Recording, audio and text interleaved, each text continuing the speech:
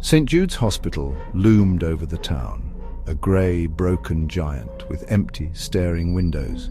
Wind moaned through its halls, and the townspeople avoided its gaze, whispering of secrets best left alone. In 1997, the hospital closed for good. Doctors and patients moved on, but something was left behind. The windows were boarded, the doors locked, and a tall fence warned, "Keep out." Kids dared each other to climb the fence, telling stories of strange lights and cries drifting on the wind. The hospital became a legend, a place of campfire tales and uneasy glances.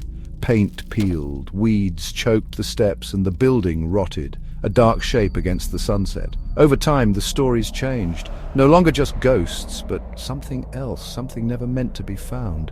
The town built new homes and shops, but the hospital remained sick and silent. The air around it was always cold, the silence deep and watchful. It felt as if the building was waiting for someone to return, waiting for a mistake. The legend grew. St. Jude's was a place you warned your children about. Even in daylight it felt wrong, and the silence lingered, heavy as a secret. Deep in the basement, behind a steel door with no handle, was room 303, a room erased from every map. The only clue, 3 numbers scratched into the concrete above the door. Inside, the whispers said, was the child, silent, ageless, never sleeping, always watching.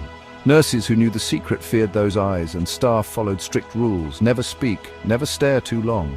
Food was slid through a slot. No one lingered. The air inside felt thick with dread, and the child's stare haunted them long after they left. When the hospital closed, the order was clear: weld the door shut, forget what was inside. Officially, it was a structural risk. The workers knew better. They felt the cold, sensed a presence, and sealed the child in darkness. They hoped it would be forgotten, but some things refused to be forgotten. The secret of room 303 became a burden, a shadow over the town. The child waited, unseen, in the silent, empty hospital, and the legend grew. Weeks after the hospital closed, Leo, a young maintenance worker, was sent to check the basement pipes. The map was useless. The halls were a maze of darkness and decay. Leo wandered, flashlight trembling, until he found a steel door marked 303, missing from his map, welded shut. The welds were old and rusty. Curious, Leo pried the door open with his crowbar. The metal groaned, and a wave of cold, stale air rushed out, air that hadn't moved in years. Inside was only blackness, and the smell of forgotten sadness. A voice in his head urged him to run, but he stepped inside, determined to finish his job. He didn't know he was stepping into a nightmare. The door creaked behind him, and the darkness swallowed him whole. Leo's flashlight beam cut through the gloom, searching for pipes, but found only emptiness. The silence pressed in, thick and suffocating. He felt watched, as if the room itself was alive.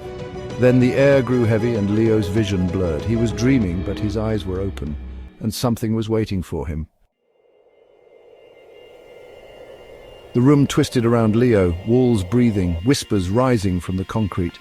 He tried to run, but the door receded into darkness. He was trapped. In the center stood the child, small and pale, eyes wide and unblinking. The whispers grew louder, filling Leo's mind with terror. The child stared, unmoving, until the whispers stopped. In the silence, the child opened its mouth, and an ancient, dry voice spoke a riddle.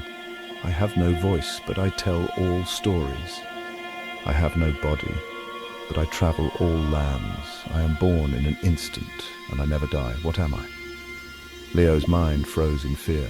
The child smiled, and the answer echoed, a dream. Leo realized he was trapped in one. The room faded, and reality slipped away. The child's eyes were the last thing he saw. The nightmare had claimed him. The hospital's secret was awake again, and Leo was lost to the world. Leo was never seen again. The demolition crew found only his flashlight outside room 303. The room was empty. They sealed it with concrete, then tore the hospital down. Years passed, and a supermarket rose on the hill. The past was forgotten almost. At the 3 a.m., security cameras in aisle 7 flickered. A lost, blurry figure wandered the aisle, searching for a way out. Staff called him the 3 a.m. shopper.